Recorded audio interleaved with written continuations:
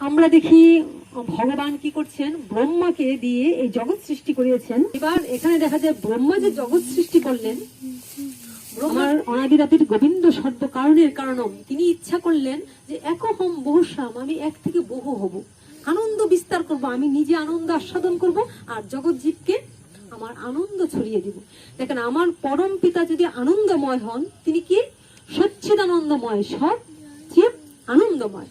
তো তিনি যদি সচ্চিদানন্দময় হন, সচ্চিদানন্দময় যদি হন, তাহলে আমিও তো তাই হওয়ার কথা, আমার ভিতরে আনন্দ থাকার কথা। পিতার সন্তান তো পিতার মতোই হয়। আমরা দেখে বলি না, অমুকের সন্তানটা দেখতে অমুকের মতন, তাই না? তাহলে শুধু বাহ্যিক চেহারা নয়, ভিতরও পিতার গুণগুলি সন্তানের থাকে।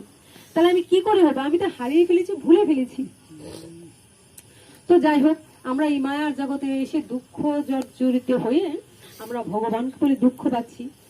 এবার ব্রহ্মা যিনি এই জগৎ সৃষ্টি করলেন, ব্রহ্মাকে দিয়ে ভগবান এই জগৎ সৃষ্টি করালেন।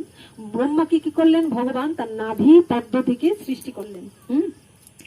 ক্ষীরোৎসাহী বিষ্ণু কি করছেন? অনন্ত নাগের উপর, দেখেছেন শুয়ে আছে নারায়ণ, সেই বিষ্ণু নারায়ণ অনন্ত নাগের উপর শায়িত হয়ে খেলিছ বিরাট শিশু আলু মনে খেলিছ, শ্রেষ্ঠ তব পুতুল খেলা নিরজনে প্রভু নিরজনে খেলিছ। তিনি তো এই জগৎ সৃষ্টি করে ওই জীবের সঙ্গে খেলা করছেন। তো শুয়ে আছেন, তখন তিনি ইচ্ছা করলেন কি না, এই জগৎ সৃষ্টি করব। তো ওই ক্ষীরোৎসাহী বিষ্ণুর নাভি পদ্ম থেকে একটা পদ্ম, সেই পদ্মের মধ্যে আমার ব্রহ্মার সৃষ্টি হলো। লক্ষ্মী দেবী ওই নারায়ণের চরণ সেবা করছেন, চরণ সেবা করছেন। লক্ষ্মী দেবী দেখছেন কি এই জগৎ তো সৃষ্টি করে নারী পুরুষের মিলিত ভাবে, কিন্তু ভগবানের ক্ষেত্রে তো সৃষ্টি করার জন্য কিছু প্রয়োজন হয় না, ইচ্ছা মাত্র তিনি সব সৃষ্টি করতে পারেন। লক্ষ্মী দেবী চিন্তা করছেন যে আমি পাশে আছি, কিন্তু আমি দেখছি যে নারায়ণের নাভি থেকে ভগবান নিজেই তার সন্তানকে জন্ম দেন। ব্রহ্মা, ব্রহ্মা থেকে পরপর মনো ইক্ষাকু এইভাবে অনেক এসছে, তার উপরে এই জগৎ। তো ব্রহ্মাকে সৃষ্টি করে ব্রহ্মা চিন্তা করলেন যে আমি কেন এলাম। তখন তিনি শব্দ পেলেন, একটা শুনতে পেলেন, তপ তপ তপ, অর্থাৎ তপস্যা করো, আমাকে জানতে পারবে। তিনি তপস্যা করে ব্রহ্মা জানতে পারলেন যে ভগবানের ইচ্ছা এই জগৎ সৃষ্টি করা, জগতে জীব সৃষ্টি করা। যাই হোক, তারপরে এই জগৎ সৃষ্টি করার তিনি ইচ্ছা করলেন। তিনি প্রথম ব্রহ্মা থেকে চারজন চতুর্ষণ সৃষ্টি করলেন, চারজনকে, সনক সনাতন সনন্দ সনত কুমার, চারজনকে সৃষ্টি করলেন ব্রহ্মা। তারপরে তিনি মনে মনে চিন্তা করলেন যে আমি এবার জগতে প্রচুর জীব সৃষ্টি করব, প্রচুর মানব সৃষ্টি করব। এবার নারায়ণ থেকে যেমন ব্রহ্মা এলেন, ব্রহ্মা চতুর্ষণকে সৃষ্টি করলেন। এবার তিনি চিন্তা করেন চতুর্ষণ থেকে এবার জগতে আরো জীব সৃষ্টি হবে, সবাইকে সৃষ্টি করবেন। তো ব্রহ্মা কি করলেন? এই পৃথিবীতে এসে দেখেন ব্রহ্মার কেন এই জগতে পূজা হয় না। আমরা জানি সমস্ত দেবতারই কিন্তু পূজা হয় না, পূজা হয় ঘরে ঘরে, কিন্তু কোনোদিন কোনো ঘরে বা কোনো জায়গায় দেখেছেন ব্রহ্মার পূজা হতে? ব্রহ্মার পূজা কিন্তু কেউ করে না। তো যাই হোক, ব্রহ্মার পূজাটা কেন হয় না দেখেন। তো ব্রহ্মারও দোষ নেই, ব্রহ্মা ভগবানের ইচ্ছাই পূর্ণ করতে চেয়েছিলেন। তো ব্রহ্মা চিন্তা করলেন, ব্রহ্মা একদিন মনে মনে চিন্তা করলেন যে ওই সৃষ্টি রক্ষার্থে, জগৎ রক্ষার্থে ব্রহ্মা কি করলেন? তার পুত্রদের এবং পৌত্রদের, ব্রহ্মা তার পুত্রদের এবং পৌত্রদের ডাকলেন। ডেকে তিনি কি করলেন? এই পুত্র এবং পৌত্রদের দিয়ে এই জগৎ বিস্তার করার জন্য, জগৎ সৃষ্টি করার জন্য তিনি কি করলেন? ব্রহ্মা দাম্পত্য জীবন গ্রহণের জন্য উৎসাহ দিতে লাগলেন। তোমরা সংসার করো, তোমরা সঙ্গ করে স্ত্রী পুত্র নারী সংসার, এই জীবনের মধ্যে অনেক সুখ অনেক আনন্দ, ব্রহ্মা ওই শিক্ষা দিতে লাগলেন। রাধে রাধে। তো ব্রহ্মা কি করলেন? তার পুত্রদের এবং পৌত্রদের ডেকে সংসার জীবন যাপন করার জন্যে, সংসার বিস্তার করার জন্যে, দাম্পত্য জীবন, অর্থাৎ যৌন সুখ ভোগের জন্যে ব্রহ্মা তাদেরকে লিপ্ত করলেন। তারা ব্রহ্মার কথা শুনে কি করলেন, ওই সংসারে ভোগ করছে, তারপরে সেই সুখ ভোগের দিকে তারা ঝুঁকে পড়লো। ফলে ভগবান থেকে তারা আরো বিমুখ হয়ে গেল। বহিরঙ্গ জগৎ দেহের দিকে আকৃষ্ট হয়ে গেল, কিন্তু অন্তর্দৃষ্টিতে ভগবানের থেকে দূরে চলে গেল। যৌন সুখ ভোগে আকৃষ্ট হয়ে তারা ভগবান বিস্তৃত হলো, আরো আরো অধপতিত হয়ে যেতে লাগলো। ঠিক এই সময় নারদ মুনি চিন্তা করলেন যে জীব তো আরো অধপতিত হয়ে যাচ্ছে, নিম্নগামী হয়ে যাচ্ছে, তো কি করতে হবে। ঠিক সেই সময় ব্রহ্মা যেমন একদিকে ভোগের দিকে এবং সংসার জগৎ সৃষ্টির জন্য কি করলেন, তাদেরকে উৎসাহ দিতে লাগলেন যে এইভাবে চলো, এইভাবে চলো, এইভাবে সংসার জীবন যাপন করো, তাদেরকে উৎসাহী করে তুলতে লাগলেন। আর ব্রহ্মার কথায় তারা সেইভাবে তারা জীবনকে যাপন করতে লাগলো। নারদ তখন চিন্তা করলেন সর্বনাশ, কি করতে হবে। নারদ তখন এইদিকে ব্রহ্মা করছেন সংসার সুখ ভোগের দিকে আকৃষ্ট করছেন, আর নারদ এসে কি করছেন, নারদ এসে সংসার বৈরাগ্য শিক্ষা দিতে লাগলেন। তাই নারদ এসে নারায়ণ নারায়ণ করে এসে দাঁড়ালেন। দাঁড়িয়ে নারদ কি করলেন, সংসার বৈরাগ্য বিদ্যা কি করে সংসারে থেকে সংসারে বৈরাগ্য আসবে। বৈরাগ্য মানে কিছুর প্রতি আমার আসক্তি থাকবে না, নিরাসক্তি, সবে থাকবে কিন্তু কিছুর প্রতি আমার স্পৃহা থাকবে না। ঈশ্বরমুখী হওয়ার জন্য, ভগবত ধামে ফিরে যাওয়ার জন্য নারদ ওই সংসার বৈরাগ্য বিদ্যা শিক্ষা দিতে লাগলেন। যে তোমরা কোথা থেকে এসছো, কেন এসছো, কেন পৃথিবীতে এসছো, তোমরা কিভাবে ভগবানের কাছে ফিরে যাবে, এইভাবে শিক্ষা দিতে লাগলেন। তোমরা যদি এইভাবে কামাসক্ত হও, তোমরা যদি মোহান্ধ হয়ে যাও, মোহাচ্ছন্ন হয়ে এই যৌন সুখ ভোগে লিপ্ত হও, এই জীবন যাপন করো, তাহলে তো তোমরা ভগবান বিমুখ আরো হয়ে যাবে। তাহলে তোমরা কি করো, সংসার বৈরাগ্য শিক্ষা নাও, ভগবত ধামে ফিরে যাওয়ার জন্য, নিজ আলোয় ফিরে যাওয়ার জন্য চেষ্টা করো। তাই সংসার বৈরাগ্য শিক্ষা দিয়ে তাদেরকে বুঝাতে লাগলেন, তাদেরকে শিক্ষা দিতে লাগলেন, তাদেরকে আত্মজ্ঞান দিতে লাগলেন।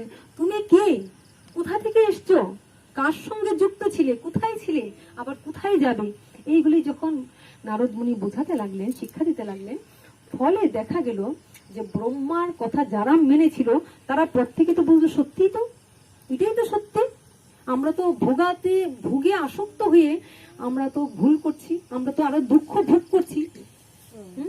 সংসারে সুখ ভোগে শান্তি নেই, বরং সুখ থেকে বেরোতে পারলেই শান্তি।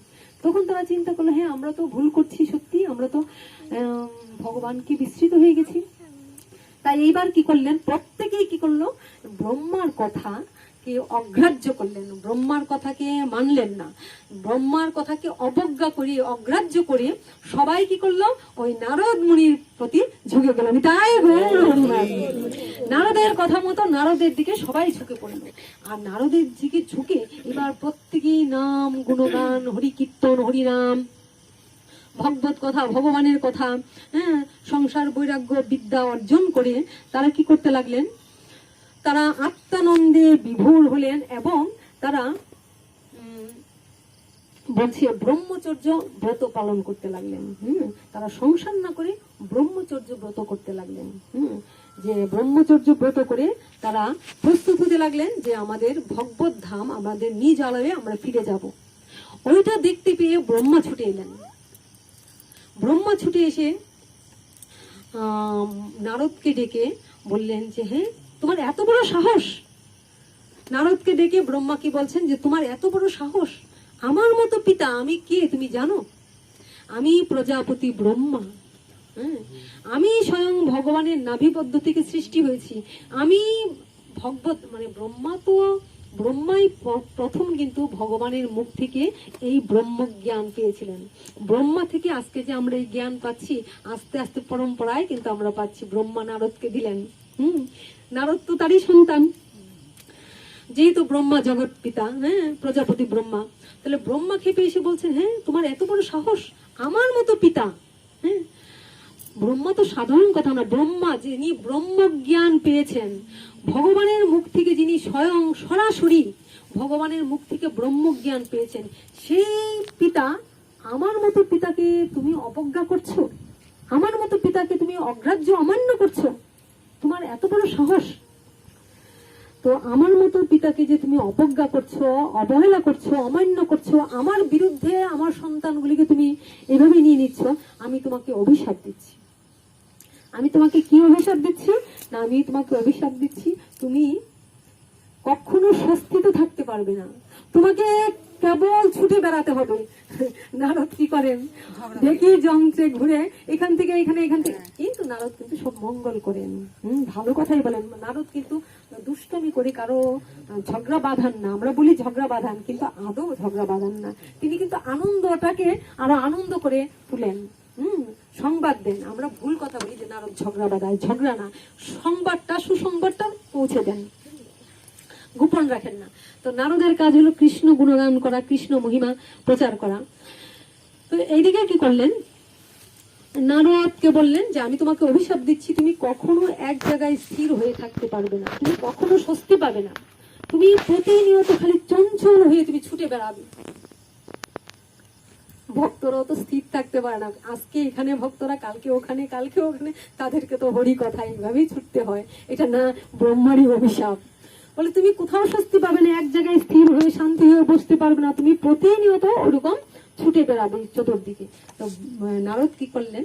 নারদ তখন সানন্দে খুশি হয়ে এই ব্রহ্মার কথাকে, অভিশাপকে গ্রহণ করলেন। ব্রহ্মার অভিশাপকে গ্রহণ করলেন এবং বললেন যে হে লোক পিতামহ ব্রহ্মা, হে প্রজাপতি ব্রহ্মা, লোক পিতামহ ব্রহ্মা, হে প্রজাপতি ব্রহ্মা, আপনি যে আমাকে অভিশাপ করেছেন সেটা আমি গ্রহণ করেছি, আনন্দে গ্রহণ করেছি। কিন্তু আপনি যথেষ্ট ব্রহ্ম জ্ঞান প্রাপ্ত হয়েও, ভগবানের কাছ থেকে জ্ঞান লাভ করেও আপনি তত্ত্ব জ্ঞান না, সবাইকে ভগবানের কাছে ফিরে যাওয়ার পথ করছেন না। এই জন্মে তো তারা অধঃপতিত হবেই, এবং তারা এই জন্মের পরে তারা যখন মৃত্যু হয়ে যাবে, মৃত্যু হওয়ার পরও বারবার প্রতিনিয়ত এই পৃথিবীতে তাদেরকে আসতে হবে অশেষে বিশেষে দুঃখ ভোগ করার জন্য। তাহলে আপনার মতন এমন পিতা, যিনি ভগবানের কাছ থেকে ভগবত তত্ত্ব জ্ঞান লাভ করেও সবাইকে আপনি ওরকম পথ দেখাচ্ছেন, তাই আমিও আপনাকে অভিশাপ করছি। কি অভিশাপ করছি? এই জগতে কোনোদিন আপনাকে কোনো মানুষ কখনো নিতাই গৌর হরি পূজা করবে না, কেননা আপনি সবাইকে অধঃপতিত করছেন, আপনি তাকে ভগবানের দিকে যাওয়ার জন্য পথ করে দিচ্ছেন না। নিতাই গৌর হরি বল, নিতাই গৌর হরি হরি বল, হরি বল। তো ওই হলো ব্রহ্মাকে অভিশাপ দিলেন নারদ মুনি। নারদ মুনি অভিশাপ দেওয়ার জন্য আজ আমরা দেখি ব্রহ্মাকে কেউ পূজা করেন না। এবার দেখেন, এটাও কিন্তু ভগবানের ইচ্ছায়, এটাও ভগবানের ইচ্ছা। কেন? ব্রহ্মা যদি জগৎ সৃষ্টি না করেন, কৃষ্ণ বহির্মুখ জীব যারা, তাদেরকে ওই পৃথিবীকে রেখেছেন। কারণ সবাই যদি ভগবত তত্ত্ব জ্ঞান পেয়ে যায়, ভগবানকে জেনে যায়, নিতাই গৌর হরি, কেউ কি আর সংসার করবে? সংসার ধর্ম ত্যাগ করে সব ছুটবে। 2 জন 4 জন 10 জন থাকে যারা এই আনন্দ পায়। যেমন দেখেন, এই যে এখানে একটা হরি কথার আয়োজন করা হয়েছে, এরকম আমরা দেখি না? সব জায়গায় ভক্তরা ছুটে আসে, যারা সেই আস্বাদন করেছে, ফুলের গন্ধ পেয়েছে, যারা এই ভগবত তত্ত্ব জ্ঞান পেয়ে তাদের আনন্দ হয়েছে, না হরি কথায় আনন্দ আছে, হরি কথায় শান্তি আছে, তারাই তো ছুটে আসেন, তাই না? যারা সেইটা বুঝতে পেরেছে তারাই চায় না কোথায় একটু ভগবানের কথা হবে, কোথায় একটু হরি কথা হবে, কোথায় একটু ভক্ত সঙ্গ করব। সবাই তো নয়। ওই যারা কৃষ্ণ বিমুখ, যারা কৃষ্ণ বহির্মুখ, তারা এই সংসারে এই অবস্থায় থাকে। আর যারা একটু ভগবত জ্ঞান লাভ করছে তারা সংসারে থাকে বটে, কিন্তু পাকাল মাছের মতো থাকে। রামকৃষ্ণদেবের কথা মতো পাকাল মাছের মতন থাকে। কিভাবে? না, কাদায় থাকবো অথচ আমার গায়ে কাদা লাগবে না। আমি জানি যে এখানে এসে পড়েছি, তাই এই সংসারে আমার কিছু কর্ম আছে, আমি কর্মটা সূক্ষ্মভাবে কর্মটা সম্পাদন করব। কিন্তু আমি কি করব? হাতে করো গৃহ কর্ম, মুখে বলো হরি, হাতে করো গৃহ কর্ম, মুখে বলো হরি, অনাসে যাবে তুমি ভারো সিন্ধু তরি, তুমি অনাসে যাবে তুমি ভারো সিন্ধু তরি। সাধুগুরু বলছেন তো ভয় নাই, ভয় নাই। আরে যারা সংসারে অন্ধ হয়ে আছে থাকুক, তোমরা যারা বুঝেছো, তো সংসার থেকে চলে যাওয়া তো হবে না। কারণ তুমি যদি সংসার থেকে চলে যাও, আর 10 জন কি হবে? আর 10 জন ভক্তি নেই, অথচ সংসারে বিশৃঙ্খলা সৃষ্টি করবে, কারণ তারা তো কর্ম ছাড়া থাকতে পারবে না। তাই তাদেরকে এই হরি কথার মধ্যে দিয়ে, তোমার মধ্যে দিয়ে ওদের টানো। আমরা যেখানে ভগবানের কথা হয়, তুমিও যাও এবং তোমার সংসারে সবাইকে নিয়ে ওই ভগবানের স্থানে যাও, তাহলে কি হবে? কৃপা হয়ে গেল। তাই গৌর হরি। তোমার জন্য তুমি সংসারে থাকলে তুমি অতি চতুর। যেজন কৃষ্ণ ভজে সে বড় চতুর। যেজন কৃষ্ণ ভজে সে বড় চতুর। তো তুমি সংসারে থাকলে, ওদের সঙ্গে থাকলে, চল না আজ একটু হরি কথা হচ্ছে, একটু শুনবি, একটু ভগবানের নাম করবি, এই তো টেনে নিয়ে আসলো ভগবানের কৃপা। ব্যাপারটা আমাদের সবাই বোঝা গেল যে সত্যি জিনিসটা কি। এটা হলো সারমর্ম। এই সারটা তো সবাই জানে না, সারটা না জেনে সবাই বিস্তারে ছুটে, কিন্তু যারা সারটা পেয়েছে তারা কি আর বিস্তারে ছুটবে? তারা সারটা নিয়ে বসে থাকবে। তাই গৌর হরি। তা আমাদেরও উচিত ভগবানের কাছে ফিরে গেলে আমরা শান্তি পাবো। তাই আমরা ওইটা করবো না, সবাইকে বলবো হ্যাঁ সবকিছু করো, ঠিকই আছে, ভগবানের নামও করো, হ্যাঁ তুমি এইটাও করো ওইটাও করো। হ্যাঁ, গীতায় ভগবান বলছেন মামুনেশ্বর যুদ্ধশ্চ, তুমি যুদ্ধ করো আর তুমি আমাকেও স্মরণ করো। যুদ্ধটা কি না? সংসারের মধ্যে যুদ্ধ করো। হরি স্থানে যেতে দিবে না, নাম করতে দিবে না। কেন? আমি সংসারে তোমার কর্মটা করেছি না, সবই তো করেছি, কেন আমাকে দিতে দিবে? ওখানে তুমি যুদ্ধ করো। এই সংসারও থাকো, সংসার ত্যাগ করে না, সংসারও থাকো, আবার ভগবানের কথা শোনো, আত্ম উন্নতির পথ করো। তা আমরা এইটুকু বুঝতে পেরেছি আমরা কে, কিভাবে যাব, এই আলোয় দুঃখ কেন, হ্যাঁ আমাদের যাওয়ার জন্য কি প্রস্তুতি, আমাদের এই সারমর্মটা কিন্তু জেনে গেল। সংসারের সার কি, সারটা জেনে তখন সে সং থেকে সারে চলে আসে, আর সংসেজে থাকে না। তখন সে সারে এসে কি হয়? ভগবানের দিকে এগোয়।